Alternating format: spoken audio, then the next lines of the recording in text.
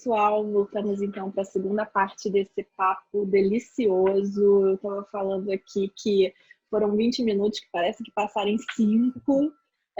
Eu, pelo menos, estou me deliciando aqui nesse papo. E aí, agora a gente vai entrar um pouquinho mais nessa discussão do sistema de saúde mesmo, né? O que a gente pode fazer dentro do sistema de saúde? E aí, Carlos, que eu comecei a pensar depois que a gente está nesse meio dessa crise aí do coronavírus, né? Os idosos foram muito afetados, a gente está vendo N tipos de discussão, né? Tanto de saúde mental, quanto de culpabilização, quanto de o quanto esses idosos estão se sentindo fragilizados quando alguém fala, tudo bem, pode morrer porque era velho mesmo, né? Enfim, então a gente tem todo um conjunto de coisas muito ruins acontecendo, mas a gente também tem um conjunto de coisas bacanas acontecendo, né? A telemedicina sendo liberada, as pessoas entendendo a importância do uso desse acompanhamento contínuo à distância. A gente tem a reorientação da casa como um locus de cuidado. Isso, para mim, é fundamental no cuidado ao idoso, sabe? Ele tem que voltar a entender que a casa é um locus de cuidado. Então, a gente tem vários caminhos aí começando a aparecer que podem facilitar esse cuidado a qualquer um, né? Qualquer pessoa, mas principalmente ao idoso. E aí eu queria saber um pouquinho de você, o que está na tua cabeça, o que você está vislumbrando aí, para onde caminha esse cuidado, para onde deve ir essa gestão e para as pessoas terem um pouco de ideia do que está passando de probabilidades para elas também começarem a pensar coisas diferentes. Eu acho que a gente tem que pensar que estamos começando um novo normal, né? O mundo pós-Covid ele será bem diferente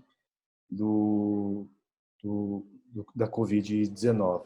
Então, acho que um grande legado dessa pandemia será o uso das tecnologias, né, para aproximar as pessoas, resolver problemas, que acho que eu vou falar daqui a pouquinho. Mas acho que essa pandemia ela tem demonstrado o que nós temos de melhor e o que nós temos de pior, né? De melhor que a solidariedade, viver em comunidade, ajudar o próximo. E o de pior, quando a gente fala de envelhecimento, é o etarismo, né? Ou ageísmo, se a gente usar um anglicanismo. Então, que é o preconceito contra o idoso, né? Que é aquele olhar estereotipado que o idoso deve ser infantilizado, né? Que tem vários memes com o idoso pulando o muro, sendo trancado ou saindo para a rua, né? A gente tem que entender que o idoso é um ser potente, né? Que nós temos que dar ninguém tem o direito de prender esse idoso em casa, né? Falar, não, você não vai sair de casa porque eu não quero porque está perigoso. Acho que tem que ser pelo diálogo, é conversa, pelo convencimento. Mostrar para o idoso que se ele sair, ele pode contrair. A maioria muitos idosos morrem, né? A maioria dos mortos por Covid são acima de 60 anos, chegando a 16% de mortalidade, de letalidade naqueles acima de 80 anos, e mostrar para ele, ó, se você sair e tiver uma contaminação, você pode ter que ir para o hospital, não vai ter leito, você vai morrer, vai ser enterrado, sepultado sem cerimônia, né? Será que você quer isso? E outra, você vai deixar um monte de outras pessoas que gostam de você, que vão se sentir muito culpados. Então, tem que tentar fazer um diálogo e mostrar para ele que é importante ele não sair, porque o risco é muito grande. Se no final, depois de toda essa conversa, esse convencimento, o idoso quiser sair, é um direito dele. A gente não pode, por mais que difícil que seja aceitar isso, né? Isso acaba sendo muito egoísmo de nossa parte. A gente fala, não, eu não quero perder meu pai, minha mãe, meus avós, mas é um direito dele. Se ele quer se expor o risco, é um direito dele. É a mesma história do tabagista, né? O cara sabe de todos os riscos de fumar e quer continuar fumando. A gente não corta o dinheiro dele, não esconde o maço de cigarro, ele continua fumando, tem que aceitar. Idoso, a mesma coisa. Em relação a legados de tecnologia, né? O geriatra tem usado bastante as teleconsultas, né, consultas por vídeo, que ajudam, porque muitas vezes são pacientes acompanhados há muito tempo, né? Essa é uma característica também, né? Com o envelhecimento a mudança das características das doenças. Hoje as doenças mais prevalentes são as doenças crônicas não transmissíveis, em que a gente tem que fazer um acompanhamento a longo prazo, né? Não é só uma consulta, retorno e tchau.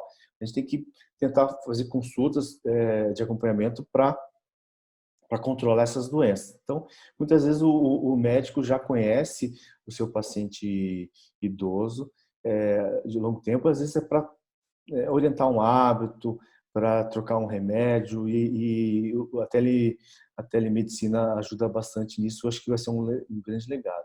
Havia uma grande resistência tanto do profissional de saúde quanto dos mais velhos, né? Porque o profissional de saúde acaba não gostando da teleassistência, né? Da teleconsulta, mas também os idosos, como eles são de uma outra época em que o relacionamento médico-paciente era outro, que tem relação, que é aquela história do médico de família, que o médico era uma pessoa muito próxima, respeitada, eles não aceitavam, preferem, porque tem um pouquinho essa questão da frieza da tecnologia, né? Eles gostam de sentar, conversar, ter o toque de ser examinado, né? Uma outra questão que tem ajudado bastante a tecnologia são principalmente nas ILPIs, né, instituições de longa permanência, em que a gente orienta a não ter visita, porque se tiver um contaminado lá dentro, os efeitos podem ser catastróficos, né, com óbito de grande número de idosos, porque nas ILPIs é onde estão os idosos mais frágeis, né, que têm sua saúde mais debilitada. Então, usar as tecnologias de videoconferências, encontros virtuais entre a família e esse idoso ajudam bastante, né, para diminuir esse isolamento. Que a gente fala isolamento social, distanciamento social, mas é sem isolamento afetivo, né? A gente tem que manter o afeto essas tecnologias têm ajudado também, né? Naquelas casas que tem um casal de idosos, né, os avós, e que os filhos não podem ir lá ou preferem não ir, usa essas tecnologias também para manter um relacionamento próximo, né, e acaba sendo melhor, né? Porque nós somos seres sociais, a gente gosta de convivência, a gente gosta de conversar olhando no olho, né? E o vídeo ajuda isso, ajuda bastante.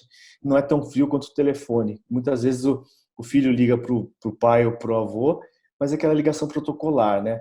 Quer saber se tomou remédio, se está saindo, quer ver aquelas amenidades, mas é uma conversa sem muito interesse, muitas vezes, né? Por isso que as pessoas não gostam. E no vídeo, não. No vídeo não tem como você conversar olhando no olho e fazendo outras coisas, né? Você está conversando no vídeo, mas você está escrevendo um trabalho, você tem que olhar no olho, acho que isso acaba possibilitando diminuir esses impactos mentais do isolamento, do distanciamento social. E o que você está falando é legal, tem várias pessoas estudando o impacto dessa vida que a gente teve agora com o tal do pós-normal, né? O que vai Sim. ser o nosso normal daqui para frente.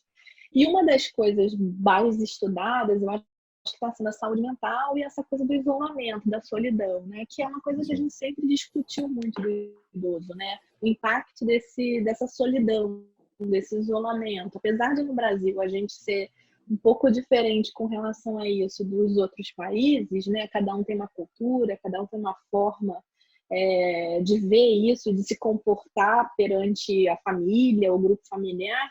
Aqui no Brasil a gente já começou a ver bastante grupos de idosos isolados, que vivem mais sozinhos, né? Mais independentes, que moram nas suas próprias casas, e como que isso vai lidar com a solidão. Então, a tecnologia, ela é alguma coisa que também facilita essa aproximação e essa melhora dessa solidão, assim como cognição, né? Eu tenho visto muitos aplicativos, jogos, enfim, várias coisas que tentam trabalhar a cognição, que antes o que ele tinha de instrumento era aquela jogo, como era? De completar palavras, palavra cruzada, enfim.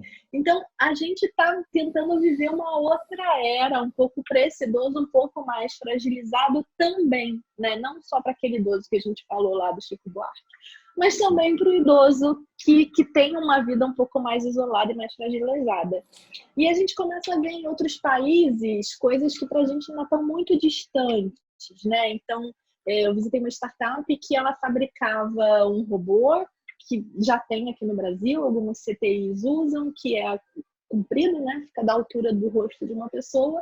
E aquilo ali é uma plataforma de videoconferência onde você entra em contato com a família e tal, mas o filho, a filha, ele também consegue dirigir aquele robozinho da onde ele está. Então, se a mãe não respondeu ou se alguma coisa acontecer, ela consegue entrar dentro da casa, ir nos cômodos, enfim. Lá a gente tem uma outra perspectiva para isso, né? Como que você vê essa tecnologia chegando aqui e a gente encarando isso nos diferentes tipos de idoso, que é o que a gente estava falando, né? Não adianta a gente fazer um dispositivo anti-queda se a gente está tentando focar numa população onde 80% dela é Chico Buarque. Então, assim, o Sim. que a gente faz nessa diversidade toda e o que você está vendo disso chegando aqui no Brasil? Eu vou trazer um dado de cabeça, mas aproximadamente 14% das famílias brasileiras são unipessoais, né? São famílias de uma pessoa só. Então, 14%, e isso tem aumentado nos últimos anos no Brasil. Uma história interessante é a Inglaterra, né? Ela tem, a, tem um ministério que é do isolamento, né? Para tratar, geralmente existem muitas pessoas que moram sozinhas e tem alguém, um poder público se preocupando com isso. No Brasil, isso está aumentando nos últimos anos, né? 14% são famílias unipessoais e mais da metade dessas famílias unipessoais são de idosos. São idosos que moram sozinhos, né? Mas também o sozinho só não quer dizer que está lá sozinho, que ele está isolado, que não tem amigos. Ele mora sozinho, mas ele passa o dia na rua fazendo outras coisas. E desses idosos que moram sozinhos, grande maioria são mulheres, né? Porque o homem, quando viúva, está sozinho, ele vai para uma outra família. Muitas vezes a mulher não. A mulher prefere ficar sozinha, ela não constrói uma nova família. Falando um pouco o que eu acreditava antes do Covid, né, no Brasil. Eu acho que essas tecnologias de usar robô para idoso é uma tecnologia bastante interessante, mas eu não sei se a gente conseguiria aplicar no Brasil, né? Que são aqueles robôs, tem um cachorro, às vezes tem uma boneca, é um robô para fazer companhia para o idoso que são usados nos países de renda média, de renda alta ou os países desenvolvidos. O Brasil é um país extremamente desigual, que a gente tem uma população enorme que trabalha na informalidade e muitas mulheres são domésticas, né? Trabalham em casa.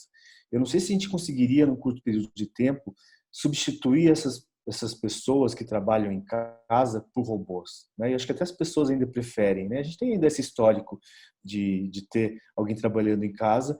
Eu acho que talvez para uma parcela pequena os robôs funcionariam, mas acho que os mais abastados, ainda quem tem condições, optariam por contratar gente para não ter o idoso sozinho, que proveria esses cuidados, faria o acompanhamento. Isso era meu pensamento antes do Covid. Agora, pós-Covid, que a gente tem que pensar muito bem em relação ao distanciamento social, a gente vai ter que, os nossos relacionamentos vão mudar, né? Eu não sei se a gente vai chegar ao ponto do que é o Japão, de que o cumprimento é um abaixar de cabeça sem abraçar e dar um beijo, né? Aqui em São Paulo é um beijinho só, e no Rio de Janeiro são pelo menos dois, né? Aqui são dois, Acho Então, difícil aqui, hein? Acho e um difícil. abraço, né? Mas eu não sei se talvez o robô caiba um pouco mais, mas eu realmente não sei ainda como será o nosso mundo, esse novo mundo, como será. Mas eu acho que o robô ele tem condições, mas culturalmente no Brasil eu não sei qual seria a velocidade disso antes. Agora talvez a gente acelere um pouco mais. Falando especificamente de sistema de saúde, então a gente já viu que a gente vai ter uma população de idosos muito diversa, com peculiaridades muito mais relacionadas à fragilidade, né, à capacidade dele interagir do que efetivamente a idade. Então, eu posso ter um idoso de 60 pior, um de 90 super maratonando. Então, a idade ela é relativa em relação a essa funcionalidade dele, né? Como que a gente pode pensar inovações para o sistema de saúde dentro dessas perspectivas? Vou te dar um exemplo. Como que eu construo um locus de cuidado, porque apesar desse idoso ser super ativo, super bem e tal, ele tem muito mais probabilidade de ter doenças, né, Sim. crônicas e às vezes mais de uma doença controlada e tal, porque ele toma um medicamento, ele é diferente, ele tem mais acesso, teria que ter mais acesso ao sistema de saúde. Então, para esse idoso rígido, o que a gente pode pensar? E, num outro extremo, uma coisa me chamou muita atenção outro dia, a gente estava discutindo aqui no Rio como é que a gente fazia acesso a moradores de favela, idoso em favela, né? Enfim, como é que ia ser esse isolamento, como que não ia. E alguém falou assim, não, cara, mas o idoso, quando ele mora lá em cima da favela, que não passa ônibus, não passa carro, só dá para chegar de moto, enfim, ele já é isolado por natureza. Ele não consegue sair de lá nem para fazer uma consulta, né? Então, a gente vai ter todas essas perspectivas de idoso que dentro do nosso sistema de saúde a gente vai ter que dar conta, né? E o que, que você imagina desse caminho? Como que deveria ser esse cuidado para essa diversidade toda? Eu vou falar um pouco das dificuldades, né? Quando a gente pensa em comunidades, as famílias que estão na periferia, geralmente são famílias multigeracionais, né? Você tem lá os avós, os filhos e os netos morando na mesma casa, né? Um número grande de pessoas com poucos cômodos na casa. Isso acaba sendo um grande problema para conta da Covid, né? A necessidade desses mais jovens saírem para trabalhar, né? Para ter o seu sustento, e muitas vezes o idoso fica cuidando dos netos da casa. Então, esse acaba sendo um grande problema. Uma outra questão também, como você bem disse, o idoso muitas vezes é o único daquela família que tem uma renda todos os meses. É o aposentado que recebe lá a sua aposentadoria, que é um salário mínimo, né? que é pouco, mas é o maior rendimento da família. E muitas vezes esse idoso ele é vítima de violência financeira pela sua própria família. Então,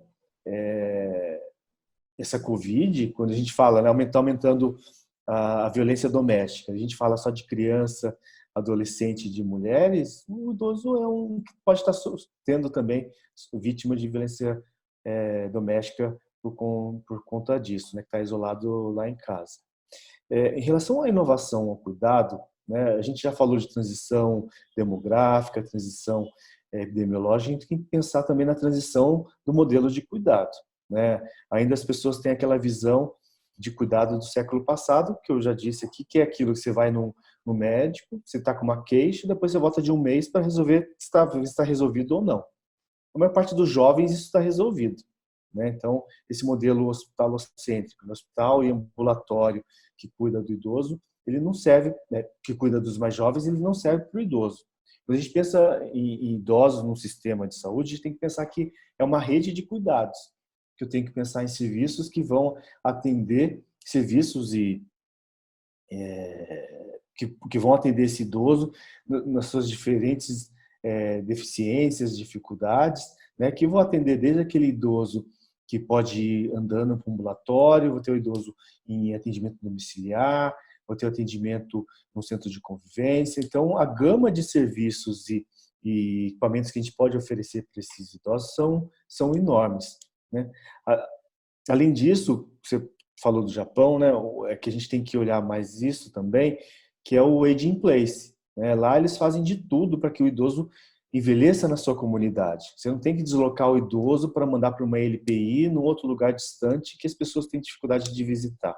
O ideal é que ele envelheça e more onde ele sempre viveu, né? Seja na casa, né, com algum nível de serviço para que ele consiga ficar em casa, né? Que seja desde alimentação, cuidador, uma assistência à saúde, ou ele vá até numa residência de idosos, né? Uma co-housing, que ele consiga morar e dividir aquele ambiente com outros idosos, e até para uma instituição de longa permanência, né? Então, a gente tem que pensar nessa transição do modelo de cuidado e também não equipamentos apenas de saúde, mas pensar em equipamentos sociosanitários, né? Que é o que funciona lá fora. São equipamentos que são da assistência social, que trabalham em conjunto com a saúde, que aqui no Brasil é muito separado, né? Se a gente conseguir unir essas duas áreas, já será uma grande inovação aqui para a gente e será um grande ganho para a população idosa, porque hoje eu posso até ter uma grande necessidade social, um pouco necessidade de saúde, mas pode ser que na frente eu vou precisar das necessidades sociais, necessidades de saúde, e eu vou ter que decidir entre equipamento de saúde e equipamento da assistência. E muitas vezes isso acaba indo para o equipamento da saúde, que acaba encarecendo o cuidado desse idoso. Eu acho que eu tinha agora, Carlos, mais 1000 perguntas para a gente fazer aqui. Eu gostaria de falar de cuidado paliativo, de tecnologias para isso, enfim, acho que tinha milhões de perguntas. Quem sabe a gente não consegue fazer um segundo bate-papo. É, É, você mas falou eu acho de que morte, né? Acho que morte, a gente fala muito pouco de morte no Brasil, né? No ranking de 80 exatamente, países, o Brasil é o 40º em qualidade de morte, né? A gente tem que olhar também exatamente. que morrer, a gente tem que morrer dignamente, né? E hoje, morrer com Covid não está sendo digno no Brasil, principalmente para idosos. Exatamente. Então, eu acho que isso daí podia ser um tema só, um dia para a gente só falar disso. Mas eu queria te agradecer demais. Assim, amei o papo, adorei. Eu acho que a gente abriu aqui um leque gigante agora para o Valma ali conseguir destacar algumas tecnologias para isso, que eu acho que essa aqui é a pegadinha bacana, né, dessa dobradinha. Então, ele agora tentar trazer todas as tecnologias para tudo isso que a gente discutiu. E eu acho que colocar o envelhecimento na pauta, né? Isso, Carlos, assim, o envelhecimento, que todos nós queremos envelhecer, que é uma conquista, que é um ganho, ele precisa estar na pauta de discussão do sistema de saúde, do sistema de previdência, do sistema social. A gente precisa começar a fazer isso de uma forma mais importante, não tratar como alguém que está dando problema e alguém que não devia estar ali. É alguém que devia estar ali, que tem aquela história e a gente só está aqui hoje por causa dessas Sim. pessoas. Né? A gente tem que Então, olhar de o novo, envelhecimento como um privilégio, né? É um exatamente. privilégio envelhecer. E as pessoas reclamam, ah, tô velho. Então, a única forma de não envelhecer, ficar velho, é morrendo cedo. Eu acho que ninguém quer morrer cedo, né? Então, a gente tem que olhar o envelhecimento como uma oportunidade, que é uma coisa boa. E pode, sim, ser bom envelhecer. Então, Marta, acho que é importante a gente olhar o envelhecimento, o ficar velho, né, não como uma coisa ruim, como um fim de vida, né? A gente tem que olhar o idoso, a faixa depois de 60 anos, como o início de um novo ciclo. Então, que é possível fazer muita coisa. Quem chega hoje aos 60 anos tem pelo menos mais 25 anos de vida. E 25 anos dá para fazer muita coisa. E quanto mais a gente vai envelhecendo, essa expectativa vai mudando e vai alterando. Então, a chance grande de chegar nas faixas mais elevadas de idade. De novo, te agradecer demais por estar aqui com a gente e agradecer a todos que ficaram aqui com a gente hoje. Marta, muito obrigado. Foi um prazer aqui essa nossa conversa. Obrigada.